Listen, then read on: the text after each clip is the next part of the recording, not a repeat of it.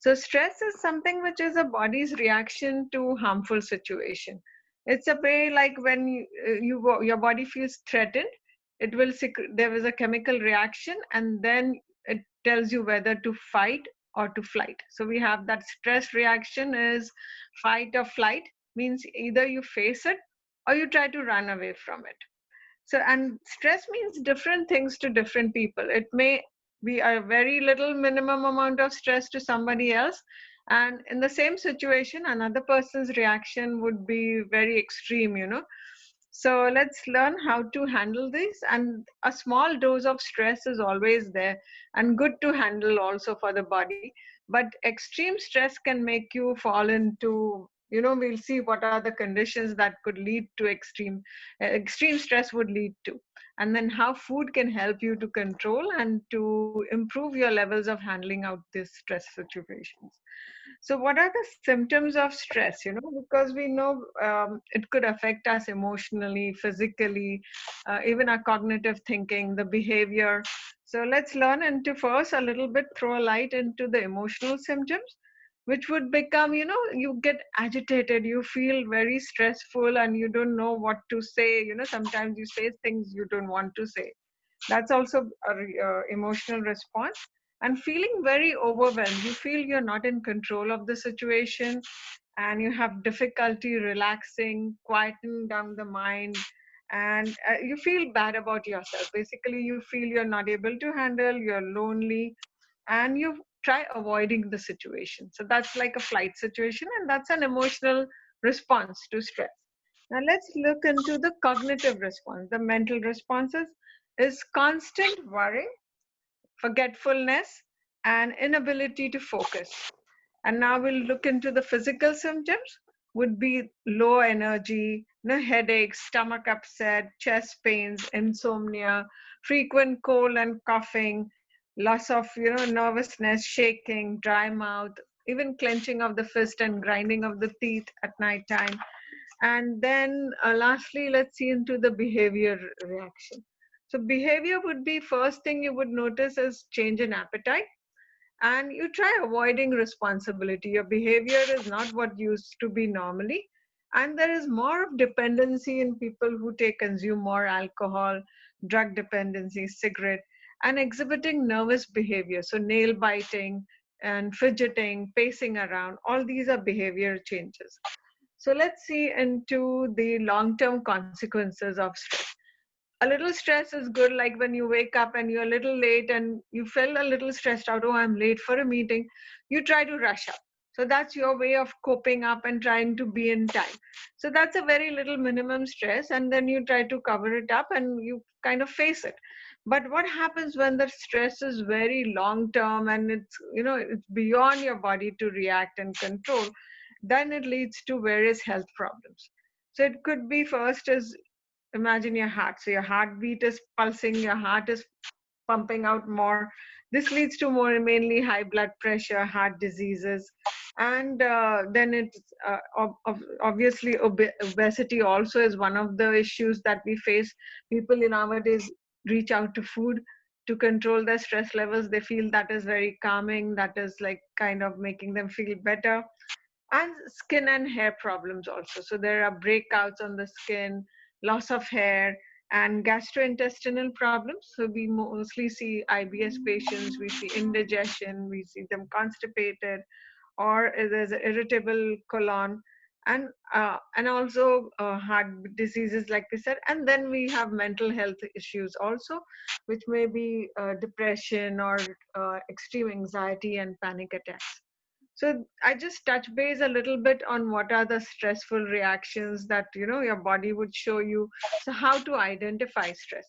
Now let's now look into the nutrition, food that we can have. First of all, let's see what food we should avoid first case. So we'll see a little, I'll throw light on some foods that we should avoid to reduce stress and to control stress. So first thing I would say, the most bad thing that we can do to ourselves if we want to stay away from stress is sugar. So sugar, as we all know, has been a very precursor to all the diseases. And initially, if you see a few years back, we were not consuming the amount of sugar which we were consuming now. And now, if you see, even in the areas of diseases, how we have increased into our lifestyle diseases, our heart diseases, the mental illnesses, the epidemic of obesity that we are facing today, is you can correlate it directly to the amount of consumption of sugar. So sugar is, you may have heard of the hormone cortisol. So cortisol is a stress hormone. So even if you have a small amount of sugar, say you had a little soda, it can spike up. A slice of cake can spike up in your amount of cortisol. So for the moment, that sugar rush gives you a nice feeling, it gives you a little high. So you feel very nice when you had some your favorite dessert, or you had a little, you know, soda after your meal. But then it crashes you out also, and then it increases your stress hormone, and that's how, this is one food we should avoid for all reasons, not only for reducing stress, for reducing heart diseases, for reducing cancer, for reducing obesity, for reducing all your lifestyle diseases. So that's the number one thing. If you want to cut down on your diet, I would recommend first thing is to cut down on sugar. And secondly is, then we're coming up to next, basically the main thing that we are moving more into with these advancements is white flour.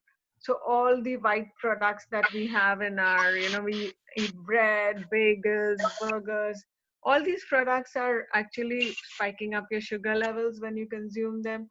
And then what happens is, basically it keeps you in the cycle where you eat and you feel more stressful, and then to control that stress, you reach out to more of these white items. So whenever, I understand life happens, so whenever you're out and you want to eat, like there's nothing else available, you have to eat a sandwich. What you could do is pair it off with some vegetables also. So these vegetables will add more fiber into it, which, as we all know, white flour is completely stripped of its all nutrition. So imagine you're consuming it, it's filling up your stomach, it's making you feel good, but the end result is you're not gaining, your body is not getting any nourishment out of it. So it's stripped off of fiber, it's stripped off of vitamins. And when we pair it off, at least to try to save ourselves, is try pairing it off with more veggies. So in that way, you can increase the amount of fiber in your food. And of course, add good kind of fiber and vegetables and fruits. And also you can pair it up that way. So that was white flour. And the third, I would say, is I wanted to bring it as second for reducing stress, is salt. So salt, all of us love, more of seasoning. And now, fast food is basically, they give you a food which is high in fat, high in salt. So sodium would be a one sinful way of adding flavor to food. And this is what I would say is leads to more of fluid retention, high blood pressure, water retention, and then puts more stress on your heart also. So to keep up with the sodium and stress levels, aim to consume less than, 2,300 mg. And if you're suffering from any heart diseases, I would say 1,500 mg of salt, sodium in your diet. And one way of to check is to read labels, because when you're cooking at home, at least we have some control over our intake of salt. But what happens when you are eating out, or you're buying packaged food? So always learn to read labels. Even when, I forgot to tell you, even when you're having sugar, something you're buying food, sugar is very easily sneaked into your food through, different names. So learn to identify those names. And even salt.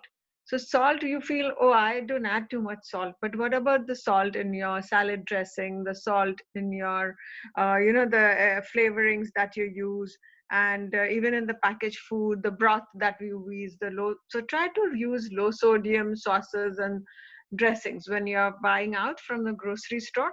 See that you have a complete check on the food labels, check the amount of sodium in it, and of course, check that when you're hitting out to the grocery store, try to buy things that are low sodium in packaged food also.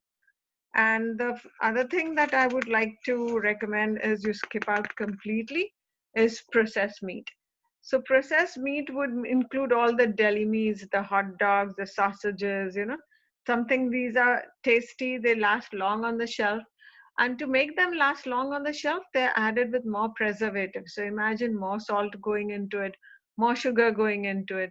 So in by the end of the day, you're consuming it, but you're overloading yourself.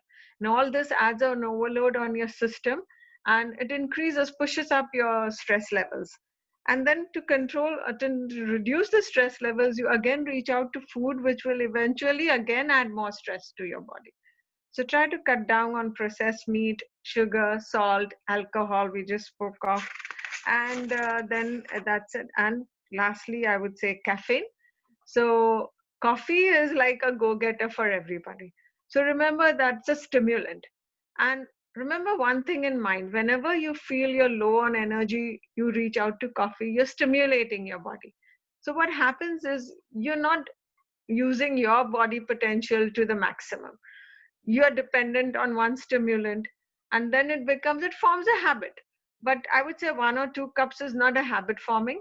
You can have coffee, it has other benefits also, but it can, what happens with caffeine is it could lead to fatigue induced sleep or stress also.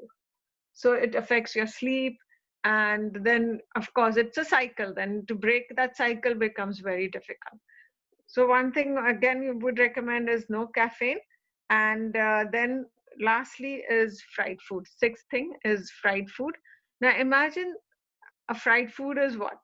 It's highly loaded with salt, fat, sugar, and then we're frying it and it's deep fried or whatever oil you're using. After a certain while, it will turn rancid. You're reusing that oil, even if it's not throwing that oil, you're using, heating it to a high temperature. And that's adding a lot of load on your system and creating that stressful situation which your body is finding difficult to handle. So over a period of time, you end up with arthritis issues, or again, stress makes you eat more about it. So it's leading to obesity also. So there use other forms of cooking. I would recommend roasting or baking or just sauteing your food, or stir frying would be very healthy for you. So that's what I would recommend instead of fried food. So we went into, let's just look up a little bit into recap into the food that I would recommend for avoiding stress would be white flour, sugar, salt, processed meat, alcohol, caffeine, and fried foods. So, 7 foods that we really want to stay away with if you want to look forward to increasing your, better reactions to stress. So, Zainab, I have a question. Usually, there are a lot of this thing is becoming more like famous these days that salt, Himalayan salt, is better than using the other iodized salts. What do you Right. suggest? Yes, absolutely agreed to it. Because what happens is the salt that we get in the store, the iodized salt, it is added iodine to it, no doubt to it. But what happens is to make it free flowing, uh, we are using a process where it prevents helping, it doesn't cake. So I don't know if you remember in your childhood, or maybe you can ask your mom in her childhood, they were using that thick salt, that rough salt, which was not refined, and it was not iodized, and it wasn't in the pack. It used to come, the sea salt. So the sea salt is what I would see, like it is better, or you could use the Himalayan salt also, because the Himalayan salt is extremely rich in trace elements. So whatever your body craves for, those trace elements, and remember these trace elements are very, very important when it comes to your body's reaction. They act as catalysts, they act as prohormones, to complete a process, to complete your circulatory process, to complete your digestive process, to complete the process of renewing cells, building up cells. All these trace elements are very important. So yes, you can switch over to pink Himalayan salt also. And same way for sugar also. Like I'm not saying completely skip sugar or avoid sugar. You can have, like, the dietary guideline says a woman can have around 6 teaspoons. I would say six is still too much, right? Reduce it to 3 or 4, because that's the amount of teas you would have in a day. And if you want to have even caffeine, you can switch over to, I'll come back to it, is herbal teas and herbal, non-caffeinated drinks also. Okay? Yeah. Any other questions you have before we proceed to the next segment? Because I thought I will complete this questionnaire now, and then we will proceed to the kind of food and nutrition you can have to, to help you to deal with stressful Mm. situations. So, anyway, does anybody want to ask any question from Zainab regarding her food or food habits, especially? So, actually, usually when this is also very common these days, whenever we get stressed, we started to eat binge eating. Like we started to develop this habit, like binge eating or something like that, because this word has become also very famous, like this phenomena. Yeah, this phenomena, So, especially with sugar. What we do is we reach out to sugar. And when I was talking about sugar, I mm, forgot to mention like sugar has now, even the manufacturers have become smart. So they are try to stay one step ahead of us. So they want to mask sugar into some other name. So it was originally, first we thought only uh, ingredients ending with OSE, sucrose, dextrose was sugar, artificial sugar. But now what they're doing is rice syrup and corn syrup and the other names that have come up, maltodextrin. So you might not even realize that this is sugar.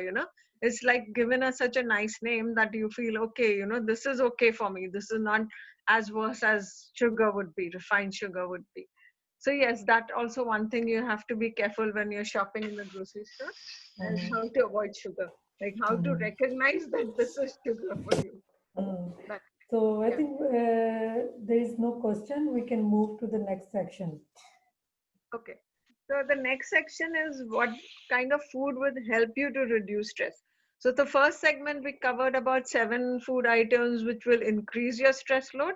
Now let's see what will help you to decrease your stress load, which will help you to, calm down and feel good about. So the first thing I would say is herbal teas, because we said no caffeine.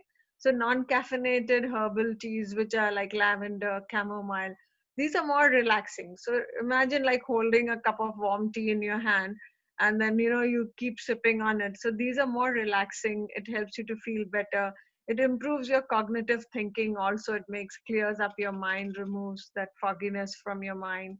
So yeah, and it has antioxidants. Of course, we all know green tea and herbal teas are all high in antioxidants.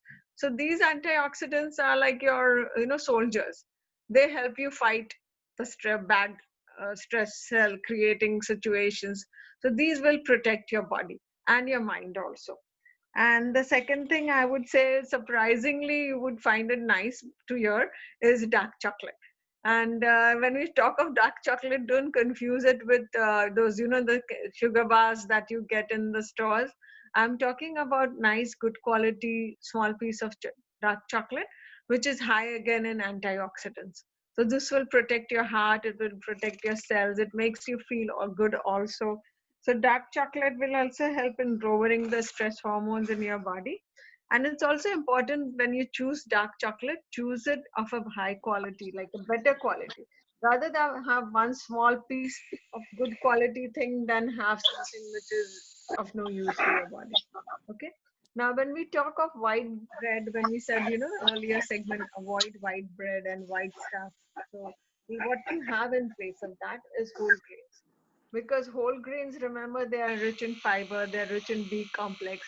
They take a longer time to get absorbed also, so that feeling of fullness is also there in your stomach, so you are not tempted to eat out of stress. And it has better nutrition and limit simple carbs. So if you have to have a little bit of cookies and all, see that it's oatmeal cookies, you can make that. Or you can cook in instead of white rice, you can take some other form of rice, brown rice or quinoa. Or you can use nowadays it's in very much in this, but even the cauliflower rice. But I'm this time let's focus on whole grains. So more of whole grains, more of legumes. This will help to control your sugar cravings, reduce your stress also.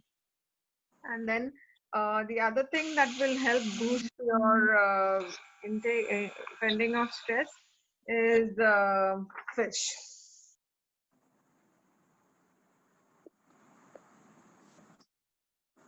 So, fish, like we said, is very high in omega-3. This will help protect your brain, protect your cells, protect your body from the attack of free radicals also. And it's very nice to, but one thing when you select fish, see that's always wild caught and not farm raised, because farm raised again is being fed with so much of preservatives, so much of chemicals, that all this is building up in your body. So look out for fish which is wild caught, and which is moreover fresh fishes would always be good unless and until you find it. So let's look into fish, and then that's good for your heart also. And then we'll talk of another food which helps you to reduce stress is citrus fruit. So all the oranges, all the the sweet limes that you have, all these will help. The lemons also. So instead of reaching out to a soft drink, you can always make a lemonade. Uh, uh, just squeeze in some lemon, add a little pink Himalayan salt to it, a pinch of pepper, some mint to it, and you can consume that, carry it with you. So even when you're working on your office, there's no can of soda sitting with you. There's a nice refreshing glass of lemon juice, or just keep two oranges in your bag. So this will all help you to control your stress. It helps you think better. And then we can have is one more thing that remember always is your gut and your stress is always connected, your brain and your gut feeling. So this is one thing that I was always stress on for anything. A happy gut is a happy mind. So when your gut is happy, when your system, when your colon, when your intestine is taken care of, it will lead to better thinking. And now, in fact, there's a research which says a bad gut leads to dementia and leads to, Alzheimer's also, which we see nowadays too much. Earlier, we didn't see so many cases of Alzheimer's and dementia, but now these cases of Alzheimer's. So these are all lifestyle changes, lifestyle diseases, and we have to do some lifestyle changes to deal with them. So imagine going back around 100 years back, what things we didn't have then, we're facing now because of bad nutrition and because of the high stressful situations that we are going through now. So let's look one last. I'll answer the questions later on. I see a lot of questions coming up, but let me just finish this chain of food that will help you. So we did citrus fruits, and now we're talking of the gut. So what helps the gut to heal is probiotics. So probiotics are food that will help to increase the good bacteria in your gut. So there's always good bacteria and there's always bad bacteria. So whenever there's a buildup of, remember, bad bacteria in your gut, you feel that bloated sensation. You feel even if you're eating enough, you feel you're reaching out to some other things. And then, of course, that uneasiness in your stomach. So that's a buildup of yeast and bad bacteria.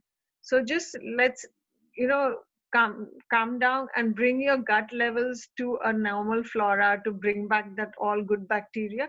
Increase your use of probiotics.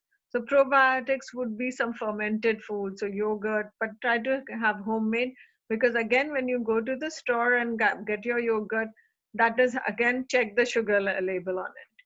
It's always I've checked, it's been high on sugar. It's around, even a 4-ounce cup will have around 14 grams of sugar and 18 grams of sugar, which is like too much to have. So always, when you're, and probiotics would be some homemade pickles also, not the ones high in salt and oil, but just a little brine and some, seasonal veggies into it.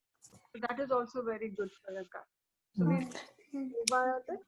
And lastly, I would say very, very important. I wanted to keep this in the last section, would be water. So one thing, remember, whenever you're anytime stressed out, it could be dehydration also, and that makes your mind more foggy and you don't know what you're doing. So reach out, always keep a bottle of water, and see that you're carrying water with you even when you're going out. So always remember, water stays best in a glass bottle, or you can carry your own steel bottle. Never store it in a plastic bottle. Okay. So if you're moving out of your house, you're going to work, you're in your office, try to carry your own water bottle, which is like a glass bottle or a steel bottle, something which is safe to drink and carry around with. And always keep a bottle of water. And even with before you begin any work and all, remember your receptors for thirst and hunger is the same in the brain. So sometimes, even when you're feeling thirsty, you try to analyze it like, oh, I'm hungry. And instead of drinking water, you reach out to some food. And sometimes, when you're outside, most of the food that's available is vending machine, and that's, high in sugar, high in processed food, high in preservatives. So keeping a bottle of water is the safest thing you can do. Is, that will make you feel calm. So by the time you're back home, you're back to your own safe area where you can plan out your meal. Water will keep you hydrated, it will keep you away from stressful situations, and it will calm you down. Basically, it will also make you calm down and hydrate you. Okay. So we almost come to a wrap up now. And now, if we see if we have any questions, we did come up with any questions. Sarah, is there any Hmm. questions? So, Zainab, I have a question. Speaking of labels, you just mentioned that. So there are a lot of products outside in the market which said that okay, this is a fat free, it's 0% fat. Should we go with that labels, or like it is more better to buy like products which are like regular? No, whenever you go with, the labels that sometimes can be so misleading, I would say, is when they say fat free, it would always add something that will improve the flavor. Now, if you remove fat from anything, natural food I'm talking of, the flavor is lost. So I wouldn't even say go for a lean cut of meat. If you're having meat, a little bit of meat is always good in your diet. A little bit of meat fat is also okay in your diet. So don't cut out very lean. You need good fat. Remember that when you talk of fat, you need good fat. So you need avocados, you need olives, when you're talking of, so you need that olive oil, you need avocado, you need natural unrefined fat. So even your fish is fat. When we talk of salmon, or we talk of some fatty food, fatty fish that we are eating, it's good fat that we are eating, and your body needs that, it craves that. Unless and until that craving is satisfied, it will reach out to other things which are not good for itself in search of that good fat. So always read the label. So don't get misled by low fat and no fat and skim milk and all that labels. Check out, because they may add something which is like, to bring back the flavor when you're removing fat, to bring back that natural flavor. So, Even dress. one of our candidates, she asked the question, can you please discuss those who lose weight because of stress eating? Okay. Yeah, that could be a double-edged sword also. When you are stressed out, some people reach out to food and some people give up food completely because of stress. That I would say is like an extreme form of reaction. And again, what I would say is bring back first your hydration. So eat food which is your comfort food, I would say. When you were small and you eat something that you liked, your mom gave it to you. That was always healthier versions of food that we're eating now. So try to bring back yourself to a healthier version of eating a pattern also. And in such cases, meditation and meditation and exercises helps a lot to bring back down stress also. So sometimes just sitting on the couch won't help you to bring back down your stress levels. Try to go out for a walk, meditate, and just do a little exercise at home. That all will control and bring back us, because it builds up your serotonin, it builds up all your good hormones, you feel happy hormones. Go out in the sunshine a little bit, take a bit of sunshine, because that will build up all your serotonin levels. So you feel happy about it. So imagine like going in nature and having a little, like standing near a pool of water also, watching the rains. All these are calming for your body. Your body has been used to such kind. And imagine going to a very noisy place and how you come back feeling more stressed and you want to reach out for a soda or you want something which is caffeine filled, and so that is again stressful for the body, and you're dealing in a way which will add more stress to the body. Yes. So one question is like bloating and stress. What cause what? 1 minute, what was the question? Bloating? Bloating and stress. Actually, Amna, Yes, you. that is like we said, a digestive reaction to stress. Bloating is a digestion of is reaction is like, you bloat up because you're not able to deal with that stress. So what I would say is then, check that you're eating more of fermented food. A little probiotics will help in that case. you know, Push up your intake of yogurt or kefir, or a little pickle, but not the the salted high oil pickle, just a little pickle or sauerkraut, and a little in your side. So your pickle should be a very small amount on your plate, so have that also in your meal. Okay. So there are two questions. I'm gonna put all the question together. So she asked like, which olives are good, green or black? The other question is, what type of fish is best? Like there are number of fishes are available in the market, like tilapia, salmon, cod, mahi. Yeah. So the fish, I would say the oily fish. So whichever fish, so mackerels and salmon, all this tuna, these are all oily fish. So these are the kind of fat you want to include. Say yes to it and no to the other. And if you are unable to get these fish, then get any white fish. So cod is white fish, and tilapia, I would say no, because I'm not much in favor. Why? Because most of the tilapia is farm raised. It comes from a farm also. So check even your shrimps when you buy, check the label.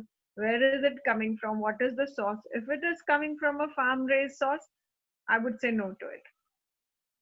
Okay. Yeah. So is there any question? So we can wrap up our session. Yeah, there was one thing, Sarah, somebody asked about black olives or green Yes, olives. yes, yes. I think olives should be of a, it doesn't matter whether it's black or green for me. It should be of a good quality. And secondly is when you're trying to buy olive oil, see that it's cold pressed oil. So it's cold pressed, it's first pressed, so it's not virgin. Don't look for the word virgin. It should be cold pressed and first pressed. So whatever oil that comes out the first time when they extract, and then the cold press oil, that is the best for you. So don't go for that refined and ultra refined and all this canola oil and soybean oil and vegetable oil. That's a complete no. You know, so switch over to natural oil, oil which is like unrefined and natural. That would be your sesame seed oil, your peanut oil, olive oil. These are all natural forms of oil. You can use that. Okay. So thank you for your information. So is there anybody who wants to ask questions? So then we can wrap up the session. I think. So okay, Zainab, mashallah, you have given us a very like informative. All the conversation was very informative. So thank you for your time. And I think now it's time for us to wrap up the session. Okay. Thank you. So Inshallah, we will. if any other questions come up, let me know and I'll be happy to help. Okay. This was a very quick talk. So let's keep that going. Mhm. Thank you Okay. so much. Thank you. Okay. Thank you for your time. Bye bye. Okay. Bye. Allah Hafiz. Bye.